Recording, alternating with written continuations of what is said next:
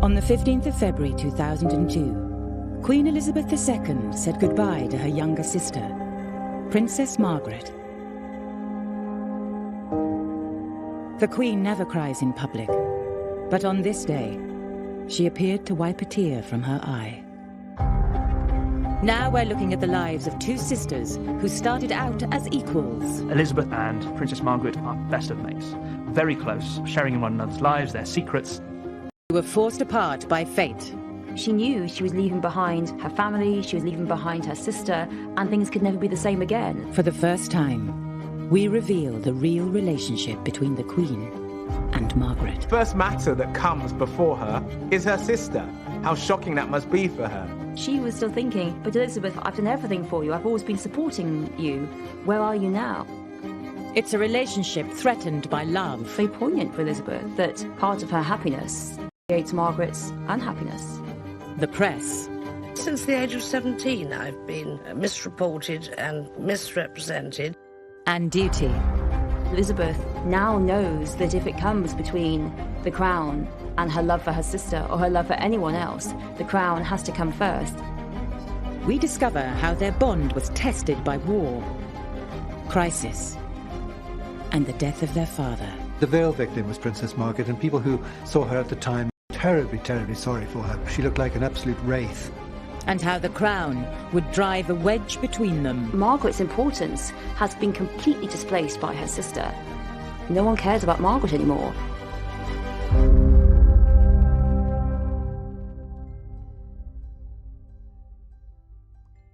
In May 1934, Princess Elizabeth and Princess Margaret made their first public appearance together, and they captured the hearts of the nation. Here were these two little girls in their identical pink coats and little pink bonnets trimmed with roses. It was an identical kind of look. It was the beginning of a relationship that would fascinate the world for the next 7 decades. Princess Elizabeth, the eldest, was born in Mayfair in 1926.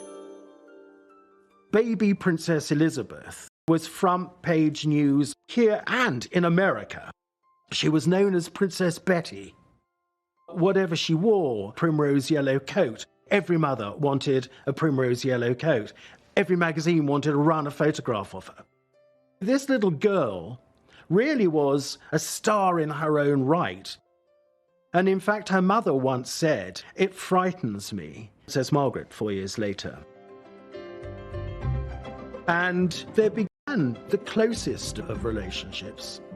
Margaret Rose was born 16 days late in Scotland's Glamis Castle, in the middle of a stormy night.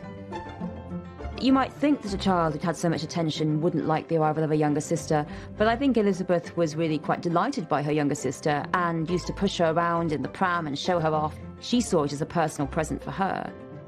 Even though there was 4 years between them, it didn't seem to matter. They were the closest unit, those two. The Duke and Duchess of York attended as stallholders with Princess Elizabeth and little Princess Margaret Rose, who is making almost her first public appearance. From a very young age, Elizabeth saw herself as responsible for Margaret, saw herself as mothering Margaret. And I think that the relationship made her old before her time. As they enter the building, Princess Elizabeth gives her small sister a protective hand. The sisters spent all their time together at the family's homes, 145 Piccadilly and Royal Lodge in Windsor. Their father, Bertie, was second in line to the throne. And from the beginning, he wanted to create the kind of family he'd never had. Bertie had not had a happy childhood. His father had been very strict, nannies had been very cruel, and yet he was really determined to have a family life. Unusually for the time, he and the Duchess of York were hands-on parents.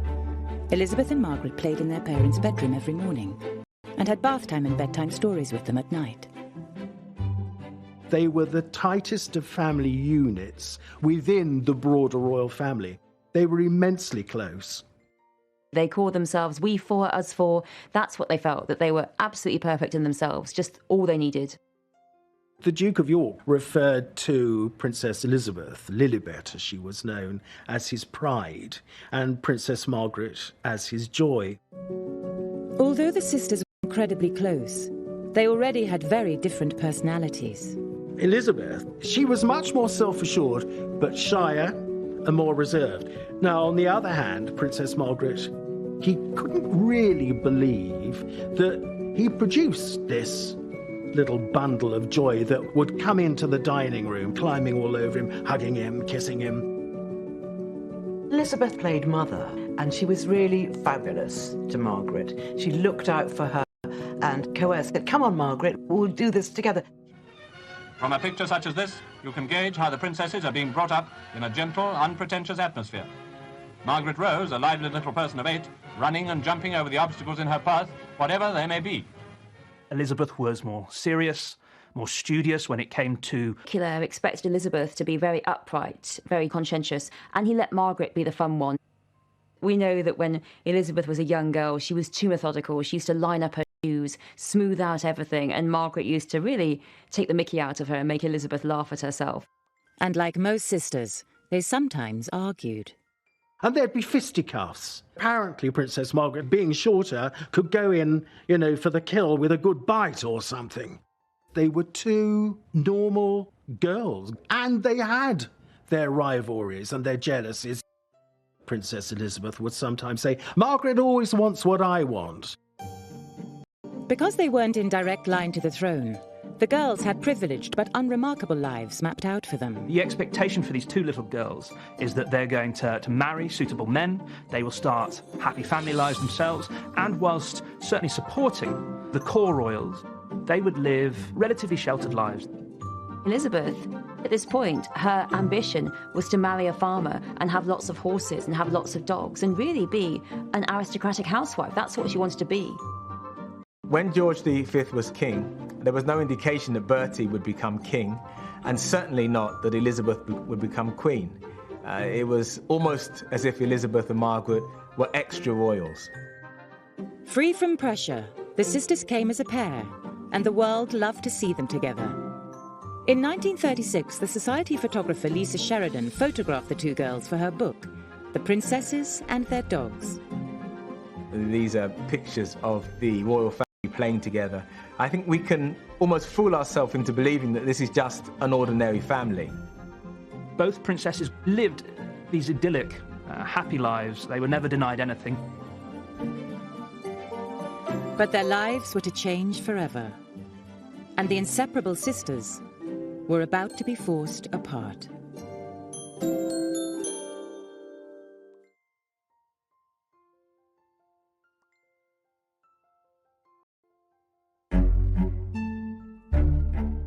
Up to the ages of 11 and 6, Princesses Elizabeth and Margaret lived quietly together.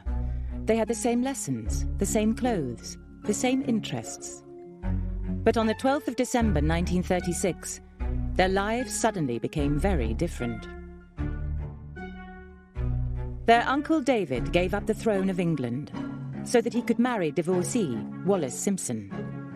And that meant their father, as next in line to the throne, would become king. Edward VIII had been trained all his life to be king. The Duke of York had never been trained for kingship at all. Until about 3 weeks before the actual abdication, it was inconceivable that this was going to happen. And so it dawned through them all. It was a seismic occurrence that Uncle David was going to give up the throne. And as Princess Margaret put it to me, because I said to her, "How did you learn about the abdication?" And she said, "Well, from my sister, who said, Uncle David is going away and Papa's to be king." So I said to her, "Does that mean you'll be queen?" And Princess Elizabeth said, "One day." Elizabeth and Margaret's world changed almost overnight. The cataclysmic change from minor royal to major royal, from house to Buckingham Palace, can't be overstated. But it is a huge upheaval in your childhood at the age of 10 for Elizabeth. And already she was a little girl who pushed emotion to the bottom. George VI was very stressed by the job of king. It was difficult, it was stressful. He found it hard, and so their available, devoted father was now changed into someone who was more short-tempered, who wasn't around more. It was really difficult for them. Really, Elizabeth and Margaret had to get on with it, and had to get on with it by themselves. Elizabeth and Margaret supported each other a lot during those early days after the abdication. On the 12th of May 1937, the Duke of York was crowned King George VI, and the two princesses were centre stage. They had little dresses designed for them of white lace trimmed with gold bows. Princess Elizabeth's train was slightly longer than that of Princess Margaret. She wasn't happy about that. Why is Lilibet's train longer than mine? The sisters had always been treated the same, but now Elizabeth was more important. She was heir to the throne, and that meant she would need a better education. Princess Elizabeth immediately became heiress presumptive at 10 years old. It was felt that what she needed to be instructed in was constitutional history, European history, and the man that was chosen to do that was Sir Henry Martin, who was the vice provost at Eton College. The sisters, who were used to doing everything together, were now being prepared for very different futures. As Elizabeth settled down to serious studies, Margaret continued with piano and French in a separate room. The fact was that Margaret didn't have much of an education, and she had less and less of one as time went on because all the resources were concentrated on Elizabeth. I was talking to her about it on one occasion, and she was very short-sighted, wasn't it? Because your grandfather, King George V, was the second son. Your father, King George VI, was the second son. You were a second child, but a heartbeat away from the throne Princess Elizabeth inherited. Yes, I know, she said. It's very short-sighted. We know that Margaret felt a bit left out, and that in later life she takes to educating herself because she feels she's missed out on so much. So there was, I think, a sense that her sister was now getting all of the attention, was getting this greater education, and that she was an afterthought. She was born at the wrong time, because if she'd been born a generation later, she presumably could have insisted on going to university and developing those skills. Margaret did resent her lack of education, and she blamed her mother for it very much. I don't think she ever quite forgave her, to be quite honest. Although Elizabeth was the centre of attention, their bond remained strong. There was no resentment between them, absolutely none, but that was really Elizabeth putting her emotional arm around Margaret all the time and making sure that Margaret was included. Elizabeth took care that Margaret wouldn't really notice that perhaps she was spending more time with her father. It's sometimes said that she was very jealous of her sister. Well, I have to say, in all the years that I knew her, I didn't get any indication of that. But that is not to say that there weren't things that Lilibet had that she didn't. So there were things that she would have minded not having, but I don't think it was jealousy as such. Then, in 1939, things changed again. War broke out, and suddenly the sisters were thrown together again as they were shipped off to Windsor Castle, while their parents stayed in London.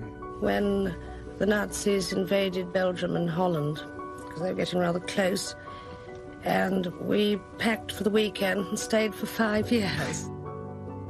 When they dug trenches and put up some rather feeble barbed wire. And the feeble barbed wire, of course, wouldn't have kept anybody out, but it kept us in. Margaret and Elizabeth spent 5 years incarcerated at Windsor Castle. They had to leave the nursery and go down to the dungeons if there was an air raid, and that was very exciting, and they all went down there. The castle was such a landmark, it was open to attack. The war taught Elizabeth and Margaret a lot about depending on each other and not telling anyone outside about their feelings and their problems. Throughout wartime, the image of the sisters united under the strain of war is to the evacuated princesses of the early 1940s. They are seen as closest companions, continuing to try and live ordinary lives despite the hardships of war. During the war, the sisters put on pantomimes at Windsor Castle to entertain their family and friends.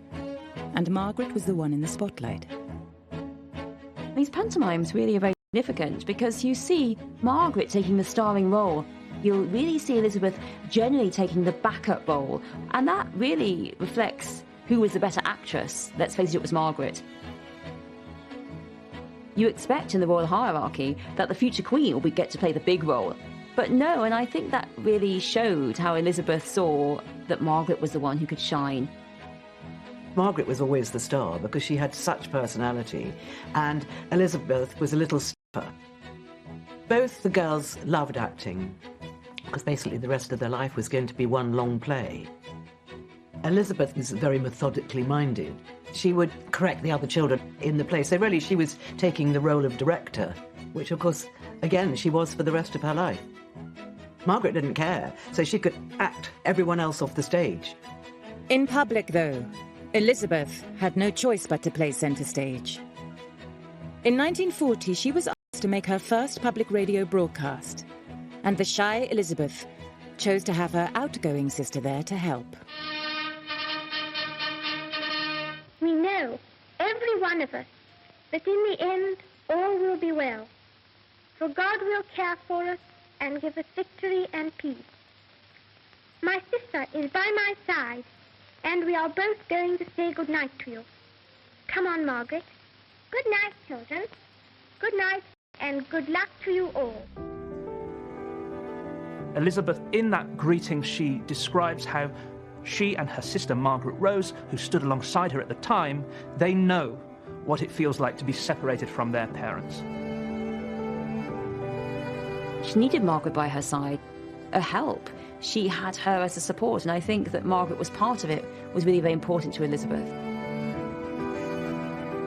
Princess Elizabeth wouldn't have excluded her sister from it. So even though little Princess Margaret just said, "Good night, children," at the end of the broadcast, it was including her. It was an indication of the bond between them.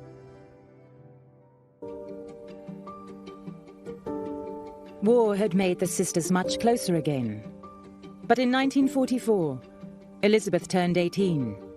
Their childhood was coming to an end. Elizabeth, on turning 18 in 1944, she starts to take on more public join her. At 15, Margaret was left at home in the nursery, while Elizabeth moved into her own suite of rooms and took on more responsibilities. Princess Elizabeth's public image almost changes overnight. From one of two sisters, suddenly, on turning 18, her trajectory transforms completely. She takes on new roles, and there is, I think, a growing separation in terms of the kind of roles that these two princesses are fulfilling. Two different pathways that the princesses are going to move along. They emerge out of the war, and really from the end of the Second World War onwards, we see Elizabeth taking on more and more responsibilities in readiness for becoming queen. But it wasn't just age and a growing sense of duty that was pulling Elizabeth away from Margaret. Elizabeth was in love. And when she fell for exiled Prince Philip Mountbatten, she told her sister all about it. She would have seen it unfolding, and Elizabeth undoubtedly spoke to Margaret about it. You know, I mean, they were that close. There's no way they wouldn't have spoken about it. They were always great confidants. Margaret knew everything about her sister, and her sister knew everything about Margaret.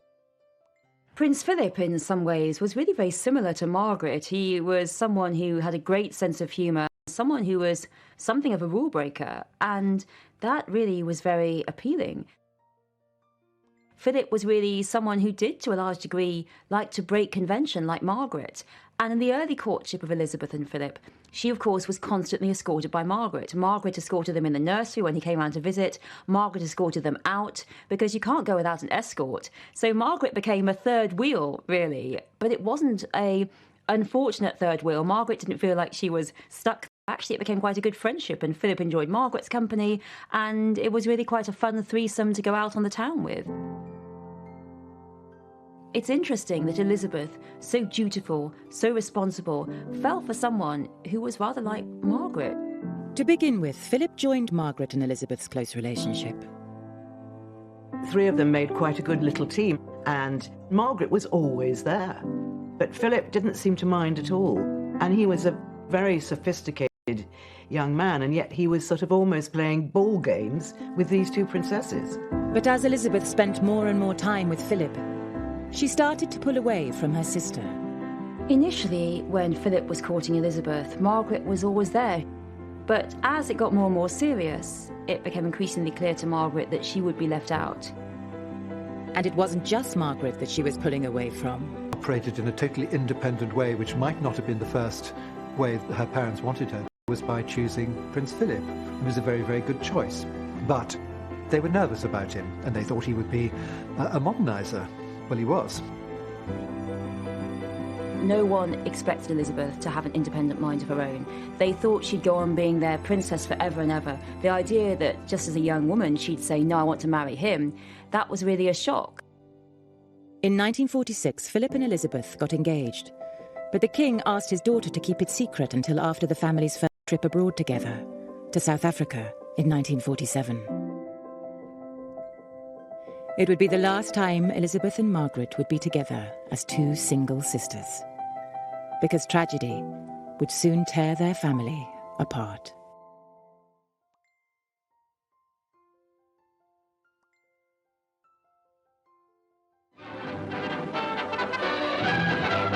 Between two lines of warships, led by Duke of York and Nelson, the Vanguard steamed her course, while ship after ship saluted the king and his family as they passed. This was the first highlight of the voyage, and Britain was now far astern. In 1947, 20-year-old Elizabeth and 17-year-old Margaret travelled to South Africa with their parents on a royal tour. It was their first time abroad. The wonderful film footage of them playing It. It's a visual indication of the fun that those two princesses had together. And an indication, yet again, of the bond between them. They were always fun-loving, loving sisters. With Philip 8,000 miles away, Margaret had her sister to herself again. They went riding, attended ceremonies, and went to parties. The sisters were so close.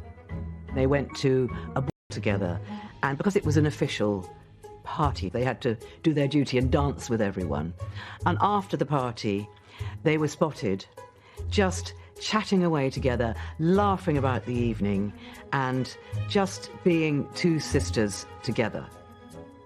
They sat there and had a giggle and talked like sisters do about the funny people they'd met, and Margaret would be mimicking the person that she'd danced with. They just had this intimacy of the two of them. Behind closed doors, she and Princess Margaret are still best of mates. Very close, sharing in one another's lives, their secrets. They are normal, young, fun-loving princesses.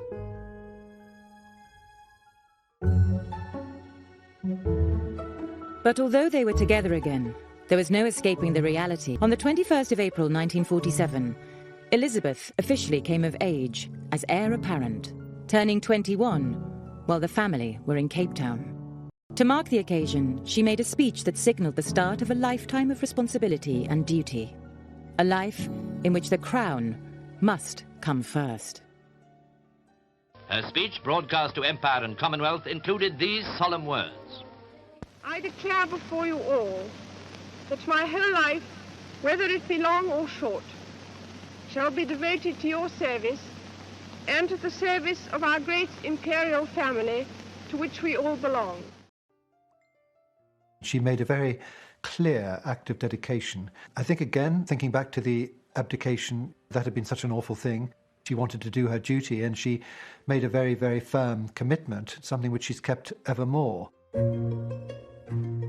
Unlike her wartime speech 7 years earlier, Elizabeth made this speech alone. Princess Margaret, whereas in 1940 she had stood alongside her older sister at the time that she was giving the wartime broadcast, now Margaret is very much in the background. These are two girls now living very different lives. Elizabeth has reached adulthood. Margaret is only a teenager. She hasn't reached the same level yet, and she isn't engaging in the same way. But Princess Margaret would have been listening to that 21st birthday broadcast. Princess Elizabeth dedicated herself to the service of the nation and the Commonwealth. To Princess Margaret, that would have been a brilliant speech, a wonderful speech that she would have admired, and she would have admired her sister for it. This was the beginning of part of the huge responsibilities that her sister was going to have to face, and Margaret was not going to have to sit there and make speeches and do all those kind of things that she would have thought was really boring. But her sister was going to have to do it, and I think it probably made Margaret feel extremely glad that you know, she was the younger sister, and that she could have the fun, but without the responsibility. Margaret's carefree attitude shows in a letter she sent to their governess, Marion Crawford, known as Crawfie. Crawfie wrote to tell them a bad storm had hit Britain when they were away. Margaret wrote back describing the fun they were having. But Elizabeth replied that it bothered her to be so far away, and she wanted to return home to help. Elizabeth also wanted to get home for another reason. She had not seen Prince Philip for 4 months. When their ship arrived in Britain in July, her lady-in-waiting described how the normally reserved Elizabeth danced with joy on deck. She was so excited to be home. 47.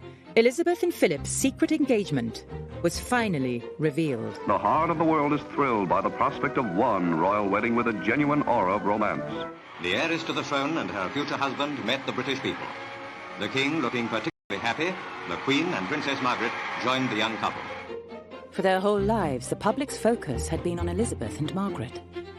But now, it was on Elizabeth and Philip, and Margaret was in the background. There was a mixture of jealousy. Margaret always wanted to be centre of attention. The fact that her sister's attentions were now diverted elsewhere towards this young Greek prince, I think was a little bit confusing. I think it was for Elizabeth as well, because although she was swept up in the excitement of romance and love and Philip, also she knew she was leaving behind her family, she was leaving behind her sister, and things could never be the same again. So the old unity of Elizabeth and Margaret was broken, and now it was Elizabeth and Philip, and Margaret was on her own. Elizabeth, she knows that her life is set now. She will marry. One day she will be queen. But with Margaret, it's harder to see that. What will the second in line do? What will her future be? Very poignant for Elizabeth that part of her happiness really creates Margaret's unhappiness. The night before the wedding, the family had dinner together alone, before Elizabeth left Margaret to begin her new life. Thousands had assembled overnight, others had arrived at dawn, all eagerly waiting to see and to cheer the royal processions on this day of their own princess's marriage. And at Kensington Palace, His Royal Highness the Duke of Edinburgh, with the Marquis of Milford Haven, his best man, checked the time for the start of his drive. A few moments too early, and then, lucky omen, a sweep stands by just before the bridegroom enters his car.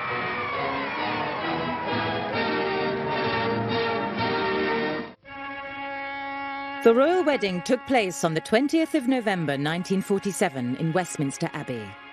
Margaret was chief bridesmaid. She took great care that her sister's train shouldn't catch on anything and was constantly straightening it. Princess Margaret leads the 8 bridesmaids who have come to join the bridal pair. The king wrote a letter to Elizabeth after the wedding, saying, "I can see that you are sublimely happy with Philip, which is right, but don't forget us." He added that he had lost something very precious and urged her that our family, us four, the royal family, must remain together. Not unusual for fathers to feel like that, but I think he of all people felt it very keenly. The letter's interesting. But it was Princess Margaret who felt the loss most of all. On the day of her wedding, Margaret actually went to her elder sister's room and opened the door and had a look, and it was all empty. And she felt sad. She felt happy for her sister. But they didn't have very many other friends. They only really had each other. Suddenly her friend had gone. And I think she obviously felt lonely, and rather dreaded the future. I think there's no doubt at all that Princess Margaret did feel very keenly the loss of her sister. Of course, they were still part of the family, but nevertheless, for two sisters who'd, for 21 years, had been as close could be, the bond remained, but of course, there was that division now. Elizabeth and Philip had moved to Clarence House, and Elizabeth gave birth to their first child, Charles, in 1948. And this was an event of great excitement to Princess Margaret. When she knew that he was going to be called Prince Charles, she said, "I suppose I'll now be known as Charlie's aunt after this great theatre character." Margaret told friends that being known as Charlie's aunt was the title she was most proud of. But it couldn't make up for losing her sister. Elizabeth and Philip, and then with baby Charles, had their own lives. They also had official lives. And Margaret, until she became 18, was still the daughter of the house, the daughter at home. Without Elizabeth, Margaret was desperate for company and went out every night. There was a parting of the ways. Margaret was the party way, the irresponsible way, and I think that made up a little bit for missing her sister. Queen Mother recognised that with Elizabeth gone, Margaret was lonely, and so she really wanted Margaret to go out and have the fun that her elder sister had never been able to have because of the war years. Princess Margaret just loved having fun. Her grandmother, Queen Mary, said that she's so mischievous, she makes us laugh. She was a hugely entertaining character. She could make a party go with a swing. And the press loved photographing Margaret out on the town. He was the archetypal clown, the tears of a clown. She was fun, she was beautiful, she was exciting. At a party, everyone wanted to speak to her, but underneath it, there was a lot of pain and damage. 1948 was when she said to me it was my coming out year. The print media wanted photographs of actress Elizabeth Taylor. The other was the very beautiful Princess Margaret. She was becoming iconic. Everything that she did made front page news.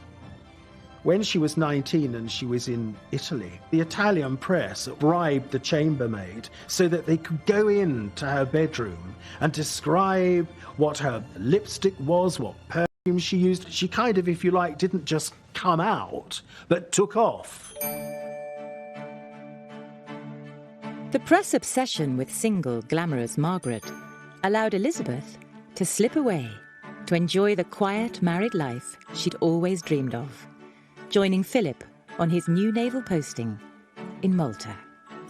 When Elizabeth goes to Malta with Philip, it is her chance to live a normal life as really a normal naval wife, and she loves it. It's really a time that she looks back on as one of the happiest times of her life, that she can just be a naval wife. She has this idyllic world. There she could drive around in her own car and just go shopping like any other naval wife, go to polo matches, go dancing in the Phoenicia Hotel. It was very relaxed. Margaret is generating all the headlines in a way that enables her sister to live out this quiet, more private and secluded life in Malta. But Elizabeth's happiness was about to come to an abrupt end.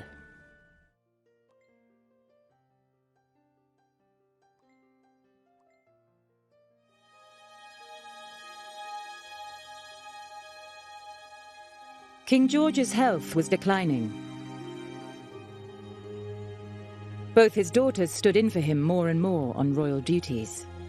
And in 1952, Elizabeth and Philip rushed back from Malta to take the King and Queen's place on a royal tour of the Commonwealth.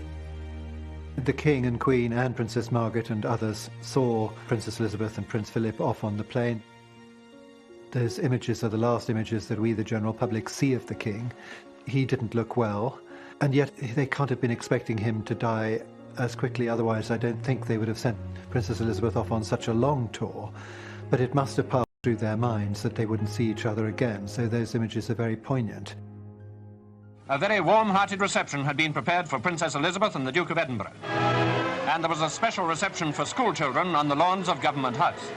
The Princess and the Duke, driving slowly round so that all the 12,000 children could see them, received a tremendous welcome. On the 5th of February 1952, Margaret was home with her parents at Sandringham. They'd been out, they'd come back, they'd had a lovely evening. And then the king retired to bed.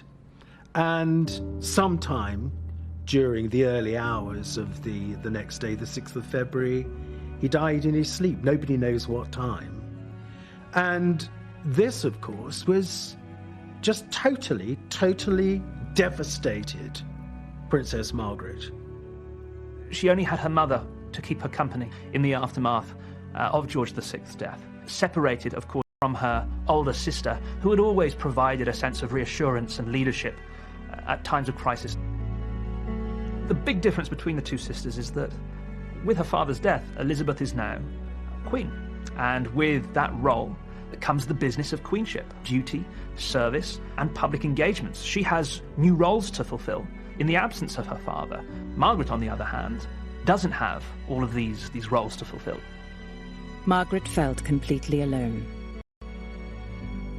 George VI had always spoiled his Princess Margaret. He'd had this very close relationship with Margaret. He is gone and she is bereft. She loved him dearly and writes later how much she missed him, how much a good man he had been. And instead, all she has for company now is her grieving mother. In my view, the great love of Princess Margaret's life was her father. She absolutely adored him.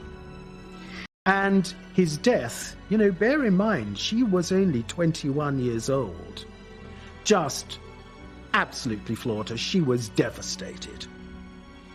But Margaret, through this whole period, was actually very much on her own. She was very much alone.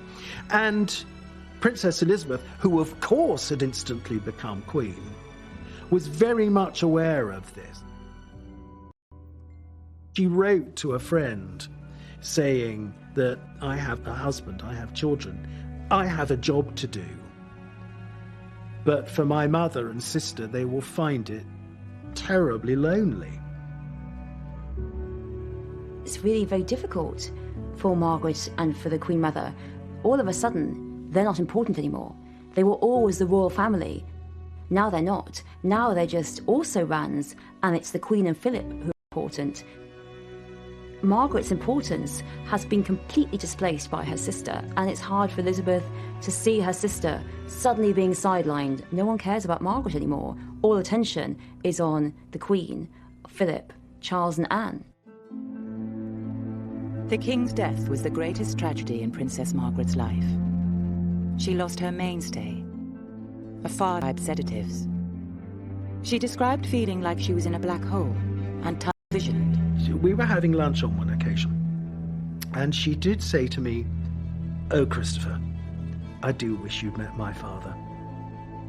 Even as an adult, she would still ask, why did he have to die so young? And she could get very emotional about it. She really could. Margaret actually went to pieces, and she was totally in shock. She really didn't believe that he was going to die. And her sister wasn't there. Her sister was married. Her mother was also in shock and grief, so she couldn't turn to her mother either. And for Margaret, her father's death had another very immediate impact on her day-to-day life. The veil victim was Princess Margaret, and people who saw her at the time were terribly, terribly sorry for her. She looked like an absolute wraith. Suddenly she'd lost everything. She would, of course, come to Windsor, Balmoral and Sandringham again, but now as a guest. These had been her homes before, and of course in due course she would move out of Buckingham Palace and move into Clarence House with the Queen Mother from early 53 through till 1960. It was not actually the best arrangement for her at all. For Elizabeth, it is different. She is above all the Queen, and she has the crown, and that takes precedence. And Elizabeth, who has always been the image of duty, now knows that if it comes between the crown and her love for her sister or her love for anyone else, the crown has to come first. Margaret was no longer just Elizabeth's sister. She was also her subject. And on the 2nd of June 1953, the nation was gripped as 27-year-old Elizabeth Windsor was crowned at Westminster Abbey. This is the biggest moment of her life. Not only are all the world's eyes trained on her at the centre of Westminster Abbey, she's also got her family staring down at her.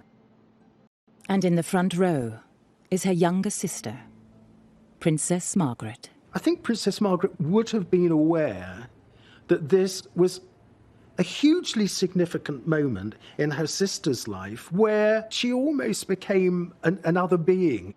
The moment of anointing, the moment of consecrating. It took her to another level, elevated her above all people. At the moment of the coronation, Elizabeth becomes divine. She actually grows another body, and this divine body is not the sister of Margaret. It is the Queen. It is head of state. Lady Glenconnor, one of the maids of honour at the coronation, said to Margaret afterwards, "You looked a bit sad." And she said, "Of course I'm sad." She must have thought to herself, this is what the new order looks like. Over 20 million people around the world watched the coronation as Elizabeth became the most famous woman on earth. Elizabeth, crowned the head of a great family of nations. Long may she reign.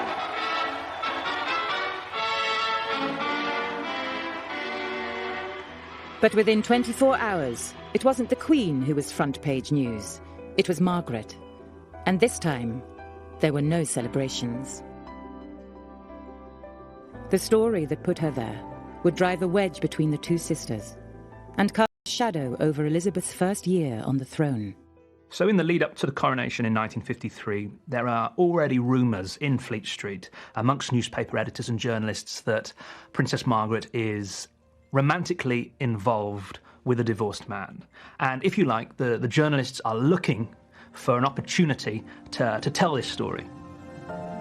The man was Group Captain Peter Townsend.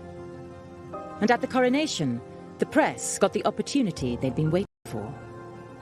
In an act of complete spontaneity, she went up to him and brushed her white-gloved hand over his lapel. This was an act of such intimacy that it had been picked up by journalists. That one act made headline news in the foreign press, almost eclipsing the coronation itself. And that was the start of it. But while it may have been the start of it in private, the romance had been going on for almost a year. Elizabeth had known about it, and so far hadn't stopped it. Peter Townsend had worked for their father and was a trusted member of the royal household. He was a famous Battle of Britain war hero. Everybody liked him. He was an incredibly nice man. I mean, I was lucky enough to know him a little bit in later life. He's a very gentle character, very courteous. But there was a major problem Elizabeth was wrestling with. Townsend was a divorcee. The very fact she was on the throne at all was because her uncle Edward VIII had been forced to abdicate to marry a divorcee. This, of course, put the Queen in a very difficult situation. She's now head of the family. She is temporal governor of the Church of England, a church that does not approve of divorce. So Elizabeth had asked Margaret to wait until after the coronation before making the relationship public. She was quietly hoping the love affair would have cooled off by then. In some ways, it's almost the Queen saying to her sister, well, are you quite... It might fizzle out. Elizabeth knew her sister the best and understood this is what her father would have wanted her to do. You know, always look after little Margaret. And I think she always felt very responsible for Margaret and wanted to put a wing around her, as it were. Both the Queen Mother and the Queen, both Elizabeths, really thought that it was Margaret's fascination and infatuation with a much older man. It would blow over, nothing would happen. And so as a consequence, it wasn't stopped, it wasn't discussed until it was far too late. Now the secret was out. Elizabeth could no longer resolve the tricky situation in private. With the cat out of the bag, the newspapers, politicians, and even the church all waded in. debating whether a Queen's sister should marry a divorcee. From this chink in the armour of the royal family explodes the story. For months, the coronation has been dominating the press coverage of the royal family, and Elizabeth has been the central figure in that narrative. In the days and weeks immediately after the coronation, all of that attention switches onto Margaret. She becomes the story. But Elizabeth had yet another complication to consider. The Church of England bans marriage to divorcees, and there's even a law that forbids royals from the line of succession if they break this ban. It's clear that Elizabeth and Margaret are no longer just two sisters. They're now queen and subject, and the toughest challenge their relationship has ever faced is about to come to a head.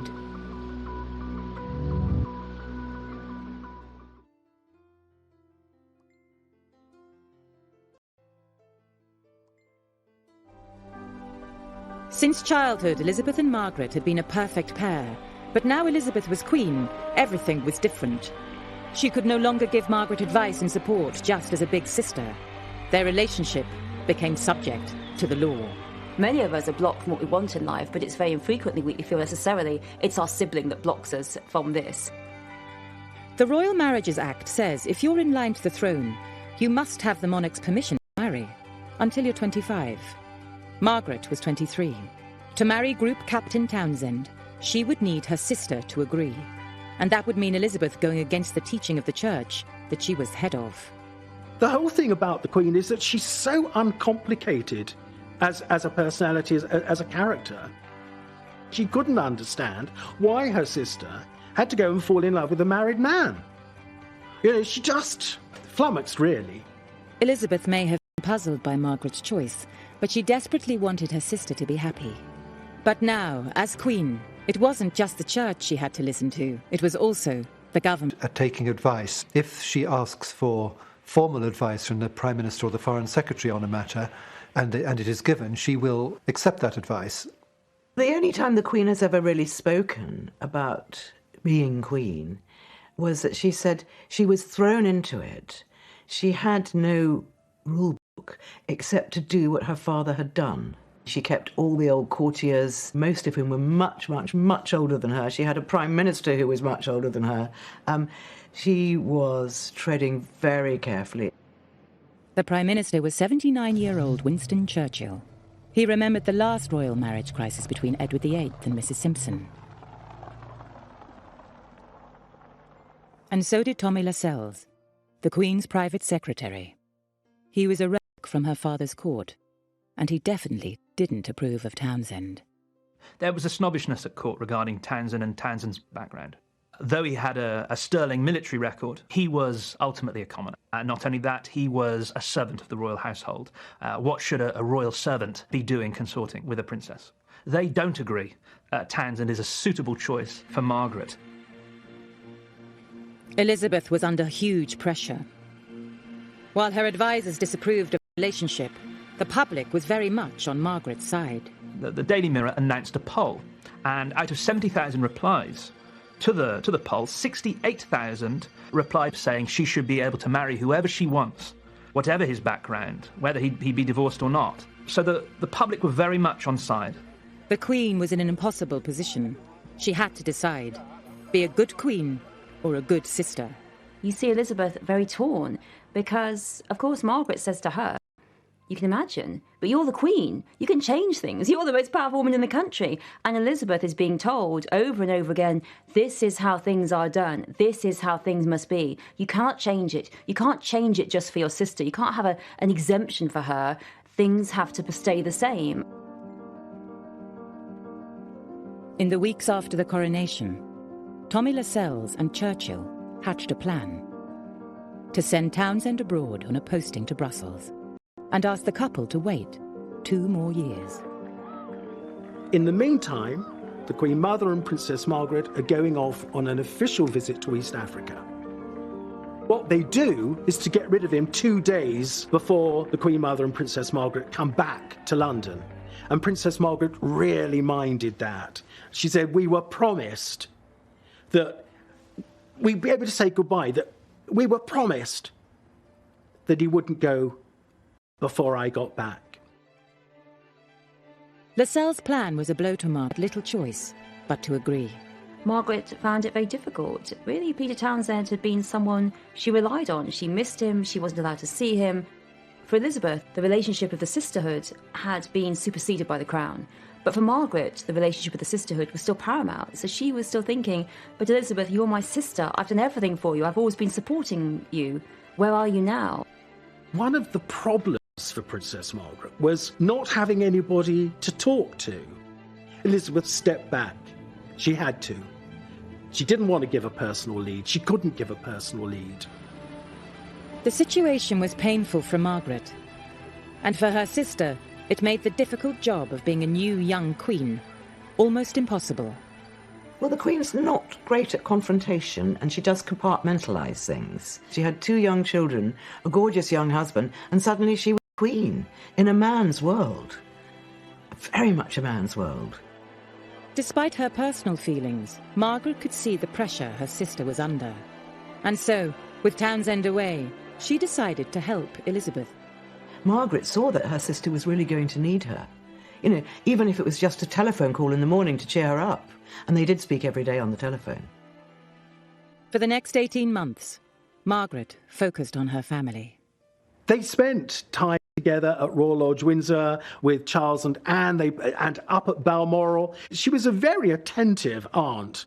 The Queen always called her sister Margaret. And Charles, Anne, later Andrew and Edward, William, Harry, all knew her as Margot. That was the family name. Margaret sort of took upon the role of helping her sister, and she was brilliant with the children. She absolutely adored Anne and Charles. She was the one that helped them and encouraged them with their schoolwork and made life fun for them. So I think she sort of found a little role for herself. With Townsend in Brussels, Margaret had put her sister first and her love life second. Then, in August of 1955, she turned 25. Now she no longer needed Elizabeth's consent to marry. But things weren't that simple. Margaret knew that if she went ahead and married Townsend, there would be serious consequences. If she decided that she and Townsend were still going to marry, the only option would have been a civil marriage. And at that time, she would have lost her civil list income. She would have lost her role as a working member of the royal family. She would have lost her place in the line of succession. Her sister on public occasions. But there was a tiny glimmer of hope. There was a new Prime Minister, Anthony Eden, himself a divorcee. That summer he visited Balmoral, and Margaret's problem was one of the main subjects he discussed with the Queen. As Elizabeth and the Prime Minister wrestled with the issue, Margaret herself wrote to Eden.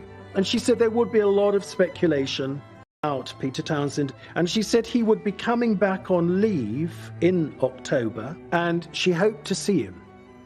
And she said, it's only by seeing him that I can decide whether I can marry him or not. On the 12th of October 1955, Townsend returned to Britain. The tabloid journalists and photographers are following him everywhere. There's great speculation as to what it was they were talking about. What were Margaret and Townsend discussing? Was it a future together, or was it a breakup? Over the days that followed, Margaret continued her royal duties. On the 21st of October, she watched her sister unveil a new statue of their father. In her speech, Elizabeth II describes how George VI, despite personal reservations, when he became monarch, threw himself into the role and did his duty and put duty ahead of personal gratification. Now, one way of reading that speech is as a pointed criticism of Margaret and the fact that she was weighing up whether to do her duty or whether to put personal gratification first. 10 days after Townsend returned, the sisters met at Windsor with the rest of the family for a crisis conference. It could well be that she realised what the full implications might be, and the Queen Mother evidently said, and one thing they haven't thought about is where they might live. To which Prince Philip very curtly said, well, it is still possible to buy a house, you know. And the Queen Mother, in high dudgeon, got up and left the room, slamming the door after her. It was crunch time. Margaret realised by marrying Townsend, it would put a divorcee at the heart of the family and damage her sister's reputation. She had to be sure of her feelings before she made her decision. 2 days later, Margaret returned to London for a critical meeting with Peter Townsend. She's got the doubts that the feeling isn't as strong as it was, and that was undoubtedly on both sides. You can picture the scene where they both say, look, love you very much, but it's not strong enough anymore. A week later, Townsend left London. She reaffirmed her commitment to her role as Princess Margaret, as someone who wanted to be part of the royal family. She made clear that duty was all, and that personal desire had to come second. Princess Margaret had been brought up to be a princess and a working princess. It's a lot to give up. I think other members of the royal family have found this to their cost, and still do. In the end, Margaret making the decision to not marry Townsend, to stay single, took the heat off Elizabeth. She did what everyone wanted her to do, and she had always been the girl who did what everyone told her not to do. She'd always been the one who'd broken the rules, who disobeyed. And now, really, she played the Elizabeth role, and she did it to save the monarchy and save her sister's face. Margaret had come to the decision that sitting next to her sister, not Townsend, was where she wanted to be. And a year later, in November 1956, when Queen Elizabeth opened Parliament, that was exactly where she was. Philip was away, and Elizabeth was accompanied by Margaret, and that sent a very powerful message, this really important moment of the monarch, that you are at the state opening of Parliament. Elizabeth is saying very clearly to everyone, despite the Townsend affair, Margaret and my relationship is exactly the same. Both sisters had put duty first. There's always an idea that the Townsend relationship caused some kind of rift. I mean, I was told by a former private secretary to the Queen that from the Queen's official point of view, she would have wanted this over and done with, whichever way it was going to be, just get on with it. But it did not cause a rift, so far as I'm aware, between the two sisters. But it was a lesson to them both. Now Elizabeth was Queen, it would affect both their lives. Nothing Margaret did was private anymore. With the Townsend affair behind them, the late 1950s saw Queen Elizabeth on a whirlwind of official engagements, tours, and receiving lines as she began to find her feet as Queen, sometimes with Margaret by her side. Princess Margaret, meanwhile, had more freedom, time for more than just royal duties, and the papers loved her for it. They were filled with stories of her parties and evenings with fashionable friends. But despite her sister's glamorous life, Elizabeth was worried. Margaret was still single. Someone else. The Townsend affair had left its mark. But who should Margaret marry? By now, she was almost 30. She had to find somebody. When it came to potential bridegrooms, there was an awful lot of media speculation about who would Princess Margaret marry. Would it be Sonny Blandford, the Marquis of Blandford, the heir to the Duke of Marlborough? Would it be Johnny Dalkeith, the Earl of Dalkeith, the heir to the Duke of Buccleuch? You know, one of these very grand aristocratic marriages. But it wasn't a prince, duke or earl that caught Margaret's eye. It was a good-looking society photographer and designer. And his name was Tony Armstrong Jones. At first, the relationship was a secret, even from her sister. He is everything that sort of goes against royal protocol. He is extremely fun-loving, he is a bohemian, he's had reportedly relationships with men and women by this point. He's something of a Lothario. He's a real hit with his friends, and he lives a sort of a seedy life on the on the edges of proper society. He's very much of the 60s, and this is very different. This is a very brave move on the part of Princess Margaret. Margaret's last relationship almost caused a constitutional crisis. How would the world react to her new lover? And most importantly, would her sister approve? After the scandal of her last affair, Margaret hoped her sister would approve of Anthony Armstrong-Jones. He was an unconventional, even shocking choice for a princess. But he wasn't divorced, and Elizabeth knew her government couldn't object. Above all, she could see he made her sister happy.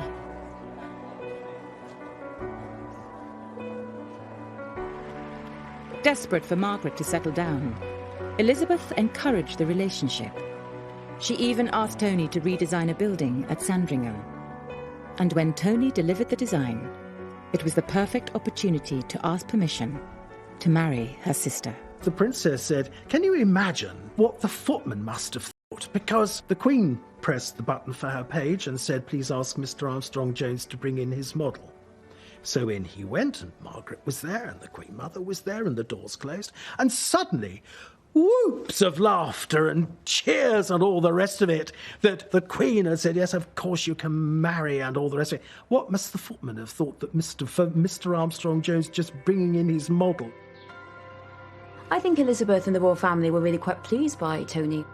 The family felt that all their guilt over the Townsend affair could be washed over, because here was the number one, here was Mr. Right. This seemed to really say to everyone, you all made the right decision around the Townsend affair. Elizabeth was happy for her sister. And Margaret and her new husband soon became the toast of the town. Princess Margaret and Tony Armstrong-Jones, who then became Earl of Snowdon, of course, were the royal family's, the monarchy's golden couple. They encompassed all the glamour that anybody could want when it came to royalty. Here you'd got this incredibly beautiful princess who was really at the height of her popularity, you know, and everything they did made news. Everybody wanted to breathe the same air as Margaret and Tony. By 1964, Margaret and Tony had 2 children. To the world, they were the picture postcard family. But Margaret was still a working princess with a job to do. She, like her sister, needed a husband who could cope with the pressures of royal duties. Elizabeth had made a good choice. One of the interesting things about the Queen, by choosing Prince Philip, in a sense, she chose somebody her own size. I mean, it's a very balanced relationship. The Queen's marriage has been obviously incredibly powerful and strong. They're like 2 great big oak trees side by side. But after 2 years, it was becoming obvious that Tony wasn't prepared to follow his wife around. He was itching to do something. He did not want to be, for the rest of his life, Mr. Princess Margaret. He didn't want what he wanted at all.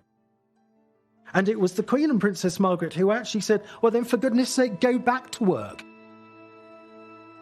But despite this concession, the marriage began to flounder. Snowdon and Margaret's relationship was very, very passionate, but it quickly became toxic, and he treated her very badly. He had a lot of affairs, and he didn't keep them secret. And even when he was with Margaret, he was really, really unkind to her. He used to leave these really nasty little notes around the house. Nasty and carefully thought out cruelty.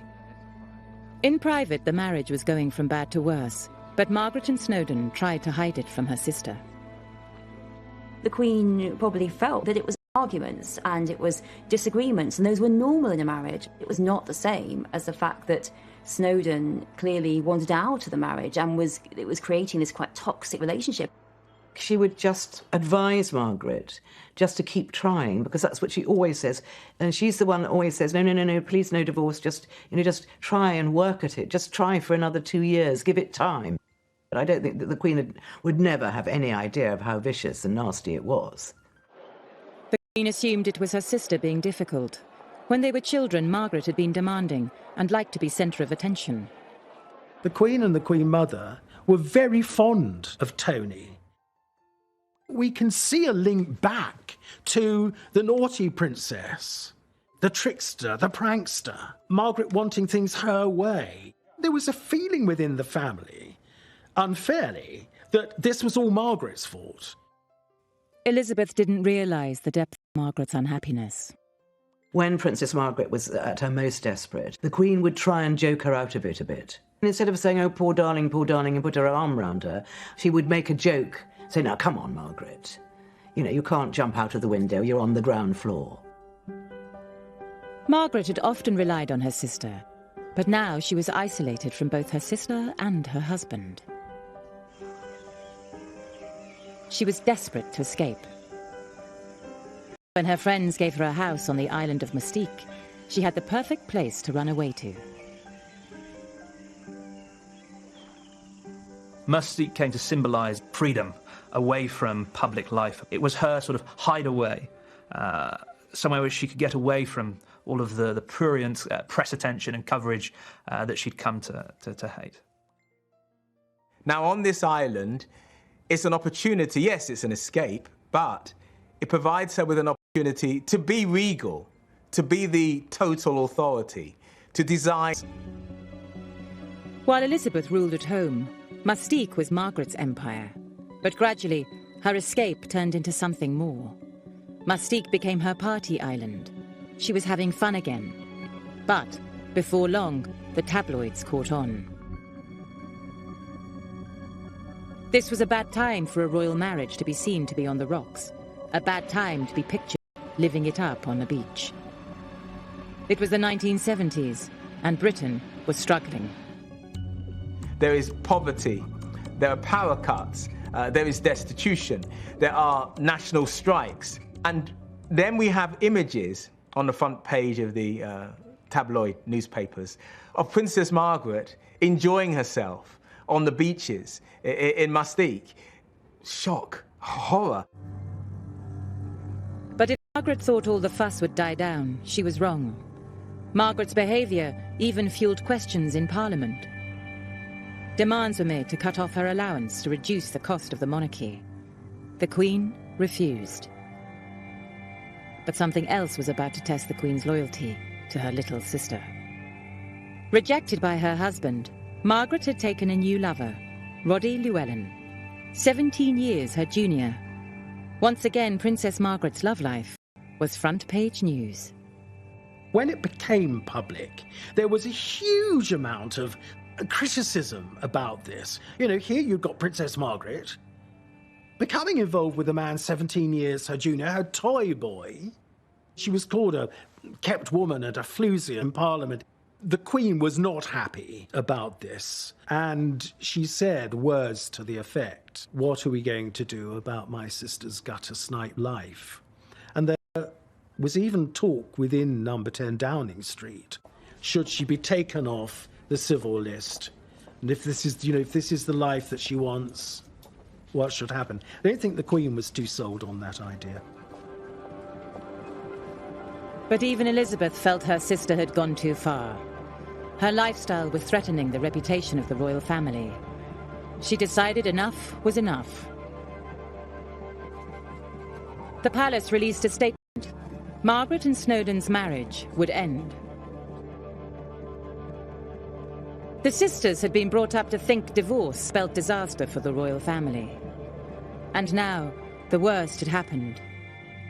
The Queen hoped that this would be an end of it. But the press wouldn't leave Margaret alone. There's a degree of double standards. If it had been an older man with a younger woman, he would have been on the front page and perhaps paraded. At the time, sort of chastised her for lack of morality. Few people have suffered more than you from wild and inaccurate and irresponsible press stories, especially in foreign papers. Can you laugh at them, or do you find them aggravating? I find them extremely aggravating. I think since the age of 17 I've been misreported and misrepresented. They're not worth denying, really, because they're usually inaccurate. For decades, the press had been obsessed with Margaret's private life, and it had often caused tension between her and her sister. Now, as she entered her 50s, Margaret had a tough choice to make. Would she choose happiness in her private life, or would she again give it up for her sister and the crown?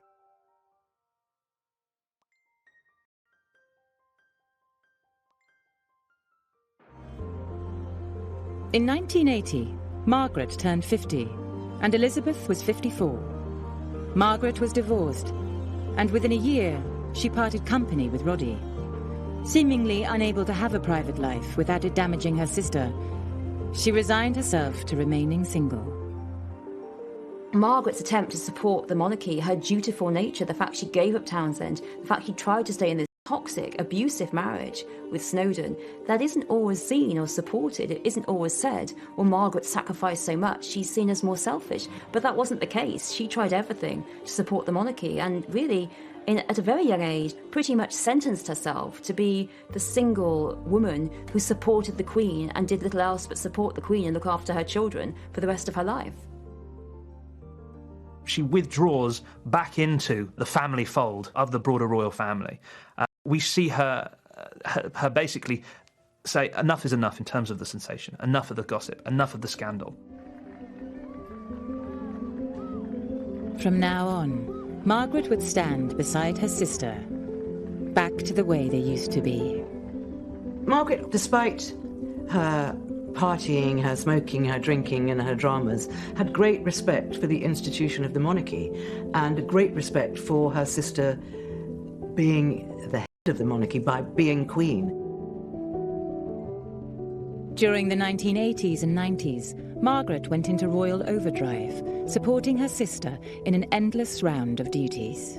Princess Margaret's commitment to her official engagements was total. She said that she never wanted just to be a name on a letterhead. There was no point. There was a long staircase when I was at the top to greet them. And as they walked up, they looked like two sisters with a complete rapport, you know, sisters enjoying each other's company and having a gossip and a giggle. The interesting thing was they then separated and worked the room in different ways. But it was very clear that Princess Margaret was keeping an eye on the Queen because they finished their lines at exactly the same time and therefore were able to leave at exactly the same time, and one wasn't waiting for the other. The sisters had been brought up to believe in their duty to the crown, and in the end, for Margaret, this meant duty to her sister. Princess Margaret did 200 events in my time, and at each one she'd have met 50 people, and so that's 10,000 people, complete strangers that she would make small talk to. And after a while I thought, she can't actually enjoy that. It can't be pleasurable. And you have to think, why would she have done that unless it was a sense of duty to the Queen? When the Queen was in her late 60s, she had to endure the very public breakdown of her children's marriages, and Margaret was there for her. I think the sisters became closer when everything started to go very wrong for the Queen. She was in those very traumatic years of the 90s. Diana had always been very close to Margot. She adored Margot. To start off with, she and Diana got on extremely well. There was an occasion when Diana had a jacuzzi, as Princess Margaret put it, jacuzzi. And Diana wanted her to see it, and the princess thought this was so brilliant that she wanted a jacuzzi as well. They were very close to one another until it all started to go wrong between Diana and Charles. When she saw that Diana's behaviour was bringing the monarchy into disrepute, she was angry because the monarchy was her sister. Margaret thought that Diana wasn't doing the right thing, that she thought that this was disrespectful to the Queen, to the idea of monarchy. And that's when there was the cut-off. If she felt that you were in any way letting the Queen down, being disrespectful to the Queen, betraying the Queen, that was it. She was always there. And I think she tried to help her sister to see how difficult life was for her children, and how sometimes it was better to just say, well, look, forget it and let them get on with it, let them divorce, let them part. And It's just life's rich pattern, really, and just because you're royal doesn't mean it can't happen to you. Sister who looked after her again. We know that as Princess Margaret's health deteriorated, that the Queen asked her press secretary to basically get in touch with the press editors and the journalists in the UK to stop the interest in her sister. On the 9th of February 2002, Margaret died in hospital in London. She was 71. Elizabeth had lost her sister and her best friend. The loss of Margaret was really cataclysmic to the Queen. It was very, very painful. The Queen did see that Margaret's health had been put under strain by what had been denied to her emotionally. It's a very lonely place, being sat atop a throne, and to have a companion, to have a confidant who you can confide in and who you can tell your secrets to, and who shares in that life with you, I think was extremely important to both women. Even after her death, the press still painted Margaret as a rebellious, chain-smoking partygoer. But the truth is, much of her life was a dutiful one. By the time of her death, she'd been patron of 42 charities and had carried out 99 official visits overseas and thousands of royal engagements. Above all, she stood by Elizabeth, supporting her all her life. When we look back at the princesses' lives together, we could say that Margaret ended up sacrificing quite a lot. In some cases, she had given up something that she had wanted to maintain the strength of the monarchy and her sister's reign. Margaret didn't choose to sacrifice all for the crown because she loved the crown above all. She chose it because she loved her sister above all. She wasn't sacrificing for the crown, she was sacrificing for her sister. It was an unbreakable bond in a way that it's probably difficult for anyone outside the royal family to understand, because their life is so unique and so different and basically so dedicated to duty and in a way destroyed by the fact that they're always on public show. So only Margaret would really know how that felt.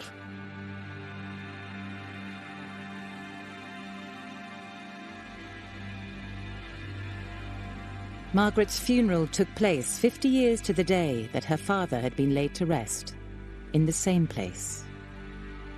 I was privileged enough to be asked to go to the princess's funeral at St George's Chapel at Windsor. Both Snowdon and Roddy Llewellyn attended the funeral. Margaret's choice of men had strained the sisters' relationship, but finally Elizabeth could... died. The Queen did say to Lady Glenconnor, who had been instrumental in introducing them, that thank you for introducing Roddy to Princess Margaret, because it was an important relationship to the princess. 7 weeks after Margaret died, the Queen also lost her mother.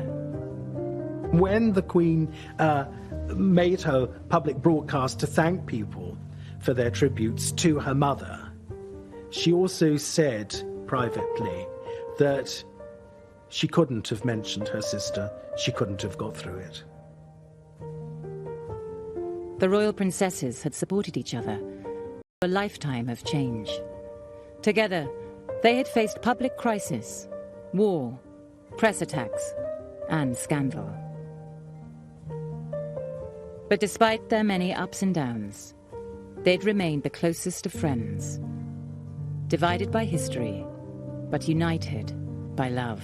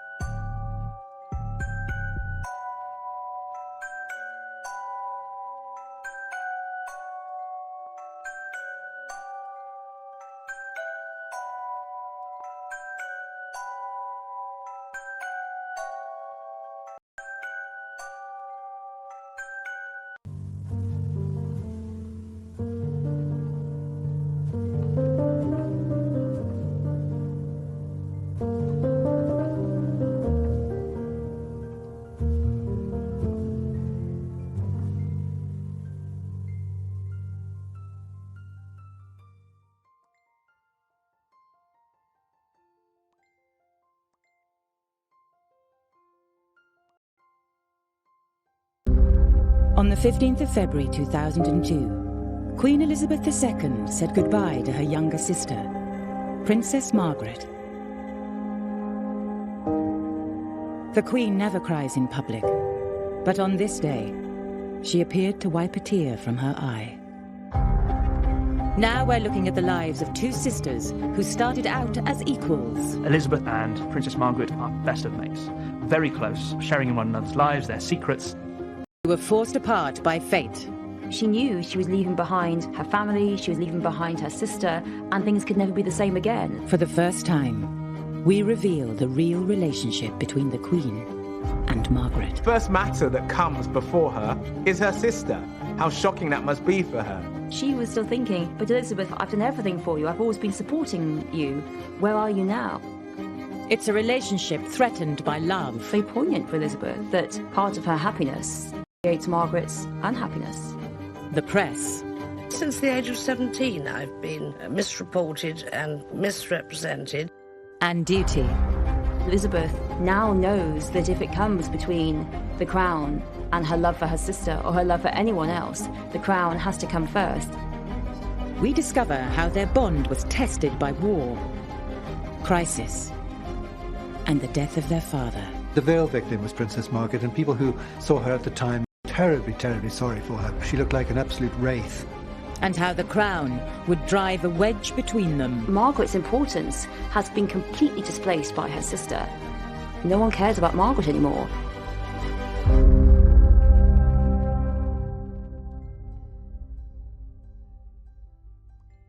In May 1934, Princess Elizabeth and Princess Margaret made their first public appearance together, and they captured the hearts of the nation.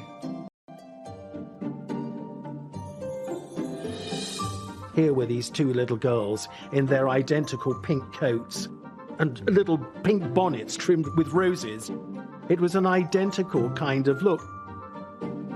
It was the beginning of a relationship that would fascinate the world for the next 7 decades. Princess Elizabeth, the eldest, was born in Mayfair in 1926. Baby Princess Elizabeth was front page news here and in America. She was known as Princess Betty. Whatever she wore, primrose yellow coat. Every mother wanted a primrose yellow coat. Every magazine wanted to run a photograph of her. This little girl really was a star in her own right.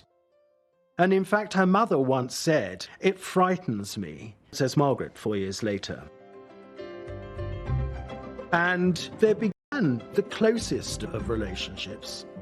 Margaret Rose was born 16 days late in Scotland's Glamis Castle, in the middle of a stormy night.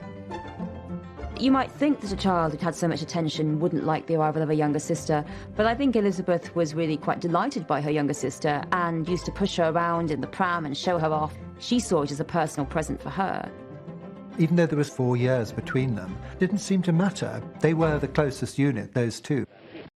The Duke and Duchess of York attended as stallholders with Princess Elizabeth and little Princess Margaret Rose, who was making almost her first public appearance. From a very young age, Elizabeth saw herself as responsible for Margaret, saw herself as mothering Margaret. And I think that the relationship made her old before her time. As they enter the building, Princess Elizabeth gives her small sister a protective hand. The sisters spent all their time together at the family's homes, 145 Piccadilly and Royal Lodge in Windsor. Their father, Bertie, was second in line to the throne. And from the beginning, he wanted to create the kind of family he'd never had. Bertie had not had a happy childhood. His father had been very strict, nannies had been very cruel, and yet he was really determined to have a family life. Unusually for the time, he and the Duchess of York were hands-on parents. Elizabeth and Margaret played in their parents' bedroom every morning and had bath time and bedtime stories with them at night. They were the tightest of family units within the broader royal family. They were immensely close. They called themselves we four, us four. That's what they felt, that they were absolutely perfect in themselves, just all they needed. The Duke of York referred to Princess Elizabeth, Lilibet as she was known, as his pride, and Princess Margaret as his joy. Although the sisters were incredibly close, they already had very different personalities. Elizabeth, she was much more self-assured, but shyer and more reserved. Now, on the other hand, Princess Margaret, he couldn't really believe that he produced this little bundle of joy that would come into the dining room, climbing all over him, hugging him, kissing him. Elizabeth played mother, and she was really fabulous to Margaret. She looked out for her and coerced, said, "Come on, Margaret, we'll do this together." From a picture such as this, you can gauge how the princesses are being brought up in a gentle, unpretentious atmosphere. Margaret Rose, a lively little person of 8, running and jumping over the obstacles in her path, whatever they may be. Elizabeth was more serious, more studious when it came to... Killer expected Elizabeth to be very upright, very conscientious, and he let Margaret be the fun one. We know that when Elizabeth was a young girl, she was too methodical. She used to line up her shoes, smooth out everything, and Margaret used to really take the mickey out of her and make Elizabeth laugh at herself. And like most sisters, they sometimes argued. And there'd be fisticuffs. Apparently, Princess Margaret, being shorter, could go in, for the kill with a good bite or something. They were two normal girls, and they had their rivalries and their jealousies. Princess Elizabeth would sometimes say, "Margaret always wants what I want." Because they weren't in direct line to the throne, the girls had privileged but unremarkable lives mapped out for them. The expectation for these two little girls is that they're going to marry suitable men, they will start happy family lives themselves, and whilst certainly supporting the core royals, they would live relatively sheltered lives. Elizabeth, at this point, her ambition was to marry a farmer and have lots of horses and have lots of dogs and really be an aristocratic housewife. That's what she wanted to be. When George V was king, there was no indication that Bertie would become king, and certainly not that Elizabeth would become queen. It was almost as if Elizabeth and Margaret were extra royals. Free from pressure, the sisters came as a pair, and the world loved to see them together. In 1936, the Society photographer Lisa Sheridan photographed the two girls for her book, The Princesses and Their Dogs. These are pictures of the royal family playing together. I think we can almost fool ourselves into believing that this is just an ordinary family. Both princesses lived these idyllic, happy lives. They were never denied anything. But their lives were to change forever. And the inseparable sisters were about to be forced apart.